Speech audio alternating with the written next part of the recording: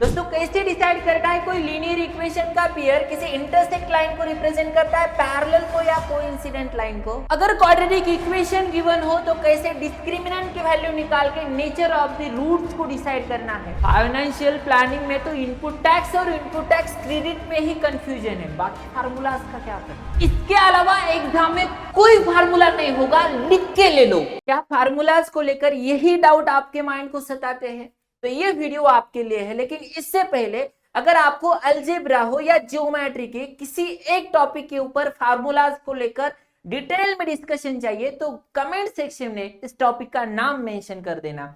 हम अगला वीडियो इस टॉपिक के ऊपर लेकर आएंगे। इस वीडियो में देखेंगे हम अलजेब्रा के यानी कि तुम्हारे मैथमेटिक्स पार्ट फर्स्ट के डिटेल फार्मूला जो तुम्हारे एग्जाम के लिए बहुत ही इंपॉर्टेंट होंगे। चलो स्टार्ट कर लेते हैं।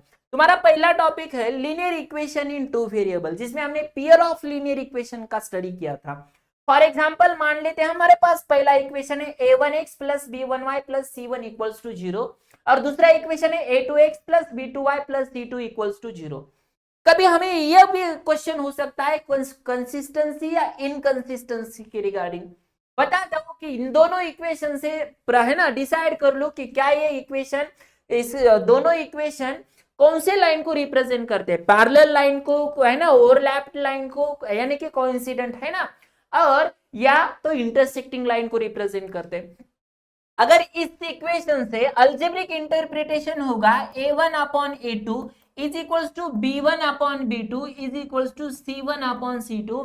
इसका मतलब होगा कि ये जो लाइन है, लेकिन ये जो लाइन है वो होगी कोइंसिडेंट लाइन और इसका स्ट्रक्चर जो होगा कोइंसिडेंट यानी कि ऐसी ओवरलैप्ड लाइन जो एक दूसरे को ओवरलैप्ड कर रही है ना, ऐसे इस प्रकार का है ना। और इसके ऊपर अगर हम देखेंगे तो इसके नंबर ऑफ सॉल्यूशन होंगे मेनी सॉल्यूशंस यानी कि इनफाइनाइट नंबर ऑफ सॉल्यूशंस रहेंगे।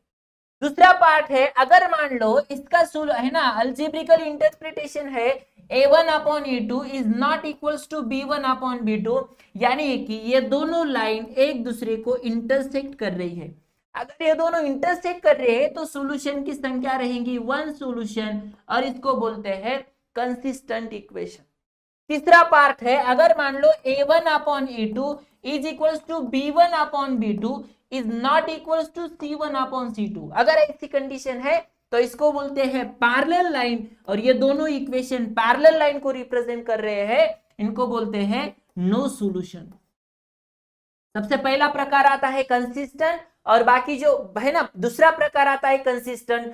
थर्ड कंडीशन में कोई सॉल्यूशन हमें नहीं मिलता क्योंकि ये पैरेलल लाइन को रिप्रेजेंट करता है और इस पैरेलल लाइन को रिप्रेजेंट करने के बाद ये दोनों कभी इंटरसेक्ट ही नहीं होते तो हमें कोई सॉल्यूशन ही नहीं मिलता। अगर आप स्टेट बोर्ड से है ना बिलोंग करते हो आप सभी बच्चे, तो स्टेट बोर्ड के लिए अगर जो कंडीशन इसमें इंपॉर्टेंट है वो है डिटर्मिनेंट के।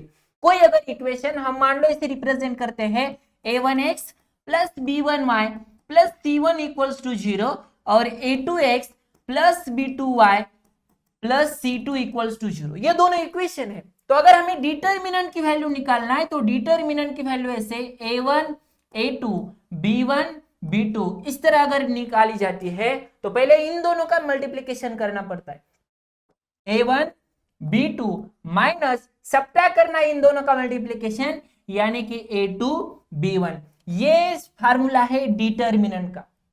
लेकिन हम अगर क्रेमर्स रूल की बात करें है ना, अभी तक एग्जामिनेशन में 2 मार्क्स के लिए कभी भी हर बार क्रेमर्स रूल क्वेश्चन आ गया है। सिर्फ डिटर्मिनेंट निकालना आ गया तो 2 मार्क्स के लिए, अगर कोई इक्वेशन दे दिया है और क्रेमर्स रूल से सॉल्व करना है तो 3 मार्क्स के लिए क्रेमर्स रूल इंपॉर्टेंट है। मान लेते हैं यही इक्वेशन अगर हमको एग्जाम में आ गया है ना इसके फॉर्मेट में, तो इसका डिटर्मिनेंट तो आपको पता है डिटर्मिनेंट कैसे निकालना, लेकिन अगर मान लो हमें dx निकालना हो है ना, dx determinant with respect to x अगर निकालना है तो काम क्या करना है, जो x का वेरिएबल है ना, x का जो कोएफिशिएंट है ना इसको हाइड करना है और इसकी जगह है ना क्या लिखना है c1 c2 और यह b1 और b2 एज इट इज लिखना और फिर आपको तो पता है ना इस तरह क्रॉस मल्टीप्लिकेशन करके dx का फार्मूला लिखना है। अगर हमें dy का फार्मूला लिखना है तो वही डिटर्मिनेंट में काम करना है, इसको हाइड करना a1 a2 as it is लिखना, A1 A2 as it is लिखना, B1 B2 की जगह C1 C2 लिखेंगे हम। ओके, और हमारे पास डिटर्मिनेंट की वैल्यू आ गई, डिटर्मिनेंट विथ रिस्पेक्ट टू आ गया, determinant with respect to y आ गया, ये तीन वैल्यूज है। तो हम x की वैल्यू निकालेंगे dx अपॉन डी और y की वैल्यू निकालेंगे dy अपॉन डी। ये दो फार्मूला हमारे लिए इंपॉर्टेंट है क्रेमर्स रूल की वैल्यू निकालने के लिए। देखो ये इक्वेशन गिवन है, तो हम पहले डिटर्मिनेंट की वैल्यू निकालेंगे, फिर dx की निकालेंगे, फिर dy की निकालेंगे। सर dx की कैसे निकालेंगे? तो इन दोनों का मल्टीप्लीकेशन करेंगे, है ना, c1 b2 minus c2 b1, और ये जब dy की वैल्यू निकालना है तो dy का a1 c2 minus c1 a2, c1 a2। इस तरह ये फार्मूला यहां पर सॉल्व करना है। ये होगा क्रेमर्स रूल, हमारे linear equation in two variable में बहुत ही इंपॉर्टेंट है। चलो क्वाड्रेटिक इक्वेशन की बात करेंगे, तो formula for solving a quadratic equation, तो इसके लिए फार्मूला है x इज इक्वल्स टू, है ना, आपको पता है जैसे फैक्टराइजेशन मेथड से सॉल्व करते हैं, कंप्लीटिंग स्क्वायर मेथड से, और फार्मूला मेथड यूज करना है फार्मूला मेथड से। अगर कोई क्वेश्चन आ गया तो x is equals to minus B plus और माइनस, है ना, डिस्क्रिमिनेंट में B square minus 4ac upon 2a, ये फार्मूला है। मतलब कोई भी, है ना, हमारे दो रूट्स आएंगे तो एक बार हमें प्लस लेना है, एक बार हमें माइनस लेना है, ये होगा x का सॉल्यूशन। ये भी फार्मूला हमें ध्यान में रखना है। Nature of the roots of a quadratic equation, ये बहुत ही इंपॉर्टेंट है और हर बार नेचर क्वेश्चन में आ जाता है कि इस क्वाड्रेटिक इक्वेशन का नेचर बता दो। इस नेचर के लिए हमें सबसे पहले डिस्क्रिमिनेंट इंपॉर्टेंट होता है, और डिस्क्रिमिनेंट की वैल्यू होती है बी स्क्वायर माइनस 4ac, इसको बोलते हैं डिस्क्रिमिनेंट। इस डिस्क्रिमिनेंट की वैल्यू से हमें डिसाइड करना है, अगर मान लो d 0 से इक्वल है, देखिए इससे पहले, है ना, तीन कंडीशन है, d यानी कि ये जो डिस्क्रिमिनेंट है या तो 0 से इक्वल, 0 के इक्वल होगा, या तो 0 से ग्रेटर होगा यानी कि पॉजिटिव होगा, या 0 से लेस देन होना यानी कि निगेटिव होगा। तो अगर ये इसके तीन कंडीशन है, ये तीन कंडीशन हमें ध्यान में रखना है। फॉर एग्जाम्पल हमने अभी एक फार्मूला देखा था, x इज इक्वल्स टू, कौन सा था ये, माइनस बी प्लस और minus under root B square minus 4ac upon 2a। अब मुझे बताओ ये बी स्क्वायर माइनस 4ac अगर 0 बन गया, ये अगर 0 बन गया तो मतलब हमारा रूट्स जो है एक बार प्लस आएगा एक बार माइनस आएगा, यानी कि दोनों रूट्स क्या आएंगे, इक्वल आएंगे। और दूसरी इंपॉर्टेंट बात है कि ये रियल आएंगे, कोई तो पॉजिटिव निगेटिव नंबर होगा। इसका मतलब अगर ऐसा होगा तो रूट्स आर, है ना, roots are real and equal, ये कंडीशन होगी, roots are real and equal. अगर मान लो d इज ग्रेटर देन 0 आ गया, d इज ग्रेटर देन 0 आ गया, मतलब ये वैल्यू कोई तो पॉजिटिव आ गई, तो ये जो वैल्यू आएंगी ना, एक बार प्लस होगी एक बार माइनस होगी, यानी कि दो अलग अलग वैल्यूज हमारी आएंगे। तो हम नेचर बता देंगे, है ना, roots are real, roots are real and unequal, unequal, ठीक है, roots are real and unequal. और तीसरी कंडीशन होगी अगर डिस्क्रिमिनेंट हमारा 0 से छोटा आता है, 0 से लेस देन आता है, यानी कि निगेटिव आता है। और आपको पता है अगर स्क्वायर रूट में अगर कोई निगेटिव नंबर आता है, तो कभी किसी नंबर का स्क्वायर रूट निगेटिव देखा है क्या? बिल्कुल नहीं, है ना। कभी स्क्वायर रूट निगेटिव, मतलब स्क्वायर रूट में कोई अगर निगेटिव नंबर आता है तो उसका हमें स्क्वायर, है ना, स्क्वायर के बाहर लिखते समय वो कॉम्प्लेक्स नंबर के फॉर्म में आता है। तो ये कॉम्प्लेक्स यानी कि हम 11th में देखेंगे कॉम्प्लेक्स नंबर क्या कंसेप्ट है।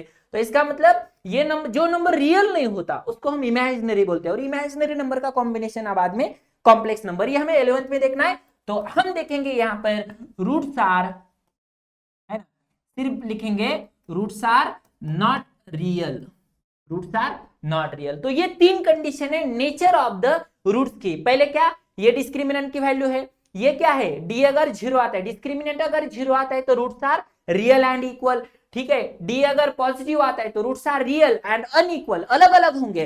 एंड तीसरी कंडीशन, डिस्क्रिमिनेंट अगर 0 से छोटा आता है तो रूट्स आर नॉट रियल, है ना। बाकी वो इक्वल है अनइक्वल है उससे हमें कोई लेना देना नहीं है, ठीक है। Next the relation between the roots of the quadratic equation and coefficient. देखो जो रूट्स होते हैं ना वो क्या होते हैं, हम मान लेते हैं अल्फा और बीटा, है ना। एक बार अगर मान लो किसी क्वाड्रेटिक इक्वेशन को जनरली दो रूट्स होते हैं, चाहे वो कैसे होते ये हमने नेचर उसका अभी देखा। तो दो रूट्स को हम बोलेंगे अल्फा प्लस अल्फा और बीटा। अगर कोई अल्फा प्लस बीटा है तो इसके लिए हमारे पास इंपॉर्टेंट फार्मूला है माइनस बी बाई ए। अगर इक्वेशन क्या है इसका, है ना, A X square plus B X plus C equals to 0। अगर ऐसी कंडीशन है ना, ऐसा अगर कोई क्वाड्रेटिक इक्वेशन है तो इसका अल्फा प्लस बीटा, अल्फा और बीटा है ना, रूट्स की जो एडिशन होती है वो होती है माइनस बी बाई ए, और यहां पर अल्फा इंटू बीटा, इन दोनों का मल्टीप्लीकेशन की बात करेंगे तो बात आती है सी बाय ए। इतना हम ध्यान में रखेंगे, ठीक है। Alpha plus beta is equals to minus B by A, alpha into beta आता है सी बाय ए। नेक्स्ट, तो obtain a quadratic equation having given roots. अब यहां पर भी क्या हुआ है, अल्फा और बीटा अगर मान लो हमारे दो इक्वेशन गिवन है, ठीक है, इस तरह यहां पर ये जो अल्फा और बीटा गिवन है इसमें एक्स स्क्वायर, है ना, minus in bracket alpha plus beta plus alpha into beta equals to 0। ये जो इक्वेशन आएगा ये हम क्वाड्रेटिक इक्वेशन फॉर्म किया है, लेकिन हमारे पास गिवन क्या है, अल्फा और beta. To obtain quadratic equation, हमने क्वाड्रेटिक इक्वेशन ऑब्टेन कर दिया। अगर हमारे पास रूट्स आर गिवन है ना, तो रूट्स कौन से गिवन है, ये अल्फा और बीटा गिवन है। इस टाइम हम ये फार्मूला यहां पर डिराइव कर सकते हैं। चलो इक्वेशन डिराइव कर सकते हैं, इतना सारा है, इसका आप स्क्रीनशॉट भी ले सकते हो, है ना। इतना इंपॉर्टेंट है जो हमें पता होना चाहिए इस क्वाड्रेटिक इक्वेशन के रिगार्डिंग। चलो nth term of an AP, अगर मान लो हमें कोई अरिथमेटिक प्रोग्रेशन गिवन हो तो इसमें nth टर्म यानी कि tn निकालने का जो फार्मूला है वो इंपॉर्टेंट है, वह है a plus n minus 1 d।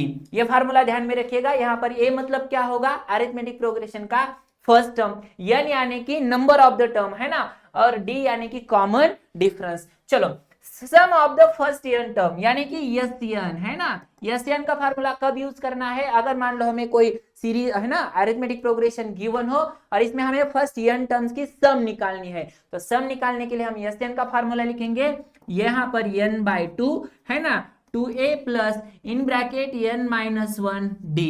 यहाँ पर n का मतलब होता है नंबर ऑफ टर्म्स, a का मतलब होता है फर्स्ट टर्म, है ना। n तो आपको पता है और d भी आपको पता है, d यानी कि कॉमन डिफरेंस। चलो इस फार्मूला को ध्यान में रखेंगे। लेकिन अगर मान लो फॉर एग्जांपल हमें ना सम ऑफ द फर्स्ट कुछ टर्म्स की, है ना, पूरा टर्म्स पूरा दिया है या पूरे अरिथमेटिक प्रोग्रेशन की सम निकालनी है, इसमें हमें लास्ट टर्म अगर गिवन है तो इस टाइम हम फार्मूला यूज करेंगे that is SN is equals to n by 2। Same formula है लेकिन बस यहां पर हम क्या करेंगे, a प्लस यल यूज करेंगे, a प्लस यल, a यानी कि फर्स्ट टर्म और यल यानी कि लास्ट टर्म। बस ये फार्मूला यूज करके हम क्या कर देंगे, SN का फार्मूला निकाल देंगे। लेकिन अगर कभी हमें कुछ टर्म्स की ही सम करना है, बाकी सब की नहीं, सब अरिथमेटिक प्रोग्रेशन की नहीं, कुछ टर्म्स की, इसमें जो पहला टर्म है वो और जहां तक टर्म्स है वो लास्ट नंबर या व्हाटएवर में भी जो n होगा, इसमें यहां तक ही नंबर की हमें सम इस फार्मूला से हम कर सकते हैं, ठीक है।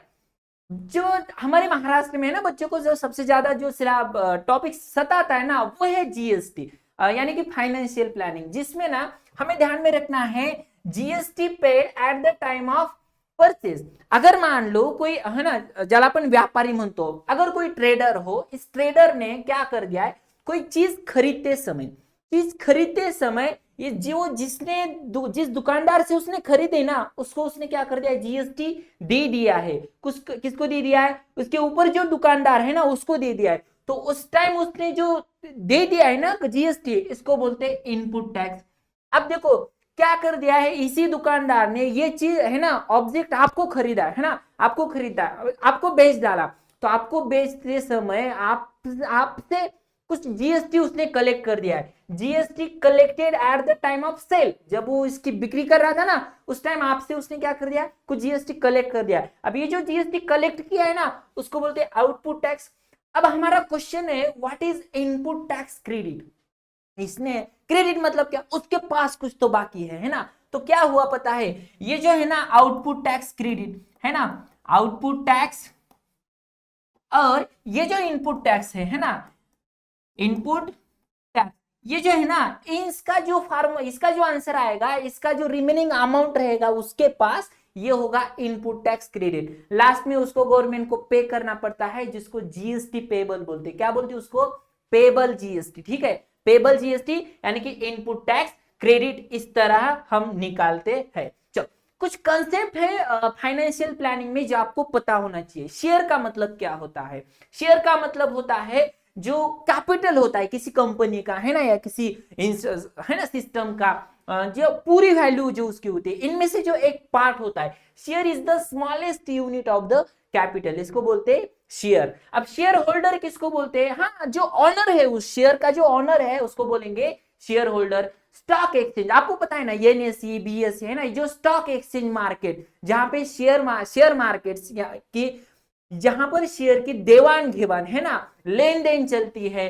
A place where buying and selling of a share takes place, है ना, जहां पर शेयर की खरीदी बिक्री चलती है, ऐसी जगह, इस जगह को हम क्या बोलते हैं? Stock exchange.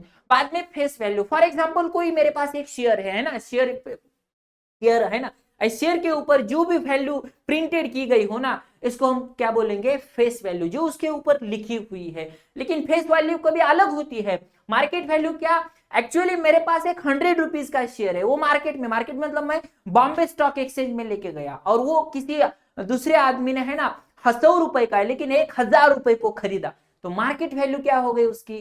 1000 रुपए। तो ये फेस वैल्यू और मार्केट वैल्यू आपको पता है। जो इस है ना सिलेबस, इस टॉपिक में ये जो वर्ड्स होते हैं ये थोड़े से ज्यादा इंपॉर्टेंट होते हैं। दूसरा है डिविडेंड। फॉर एग्जांपल कोई ये कंपनी है जिसका कैपिटल कुछ भी हो, है ना, लेकिन फॉर एग्जांपल इस कंपनी के 100 शेयर्स है। कितने हैं? 100 शेयर्स है, और इस कंपनी को इस साल के लिए 700 रुपए, है ना, बेनिफिट हुआ 700 रुपए।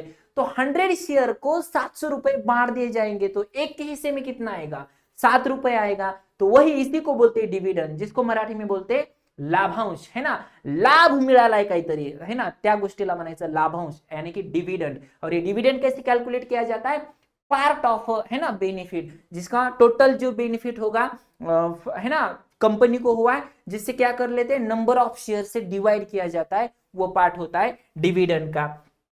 चलो, कभी कभी क्या होता है ना, ये जो कंसेप्ट है ना, प्रीमियम, एट पार और डिस्काउंट, ये भी कभी कभी सताती है। तो ये ध्यान में रखना है, मार्केट वैल्यू अगर फेस वैल्यू से ज्यादा हो, मार्केट वैल्यू अगर फेस वैल्यू से ज्यादा हो, तो इसका मतलब क्या? चलो यार, हमें जो शेयर मिला मतलब प्रीमियम चल रहा है, कुछ तो प्रीमियम चल रहा है। एट पार मतलब क्या? बैलेंस हो रहा है। एट पार, पार मतलब क्या? बैलेंस हो रहा है। कैसे?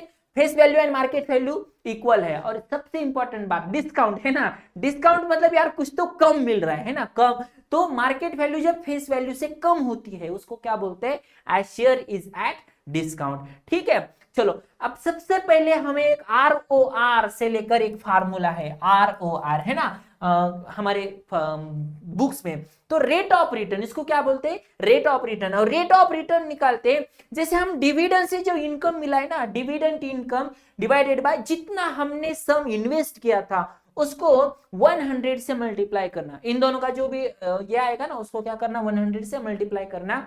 जो आंसर आएगा वो होगा रेट ऑफ रिटर्न। तो ये फार्मूला फाइनेंशियल प्लानिंग के लिए हमें इंपॉर्टेंट है।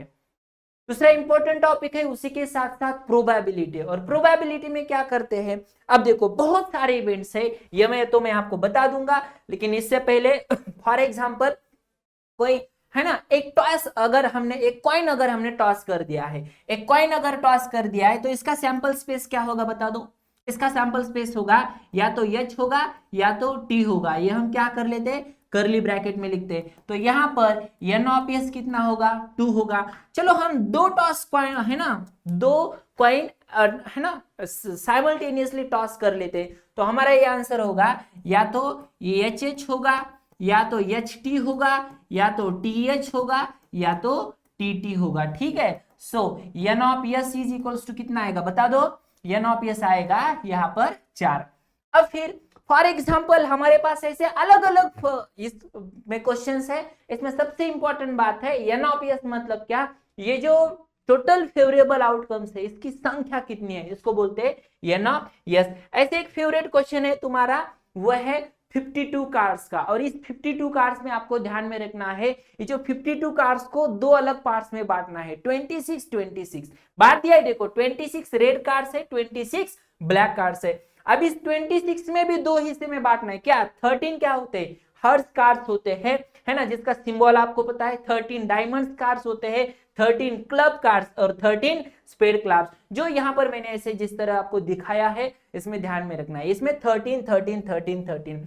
अगर आपको कभी इसका सैंपल स्पेस लिखने का टाइम आता है तो ध्यान में रखना है कि जो पहला नंबर का कार्ड होता है ना उसको हम एस बोलते हैं। मराठी मध्ये ज्याला एक्का दुर्री तिर्री वगैरह म्हणतात है ना, एस एसीई, एस यानी कि एक का। जो भी दूसरा तीसरा है ना ऐसे नंबर्स होते हैं ना 2 3 4 5 6 7 8 9 10, ओके, ऐसे नंबर्स के कुछ नंबर ऑफ कार्ड्स होते हैं। ऐसे एस, ये जो है एस ऑफ स्पेड, ये है एस ऑफ हर्ट्स, ये है एस ऑफ क्लब और S of diamond.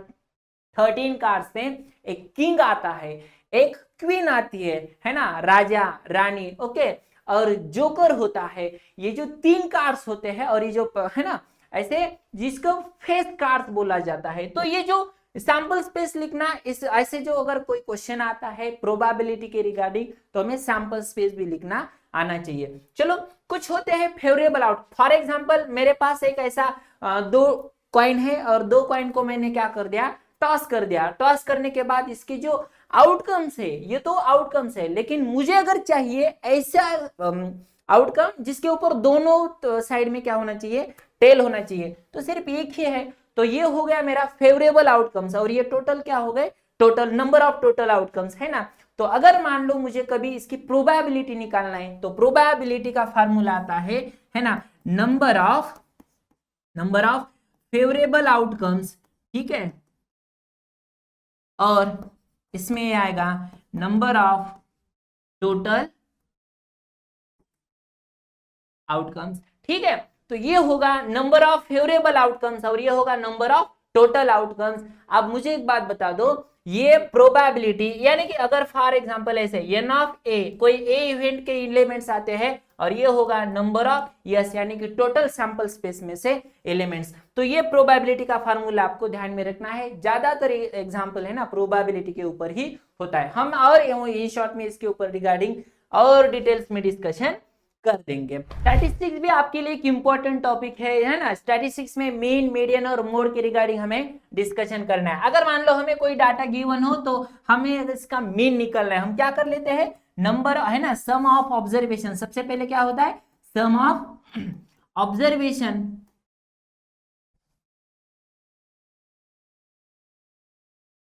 Upon number of observations, number of observations. लेकिन अगर मान लो कोई डाटा हमें गिवन है ना ग्रुप्ड फ्रीक्वेंसी के फॉर्म में, तो हमें ये फार्मूला यूज करना पड़ता है, summation of fi upon N, here N is the frequency.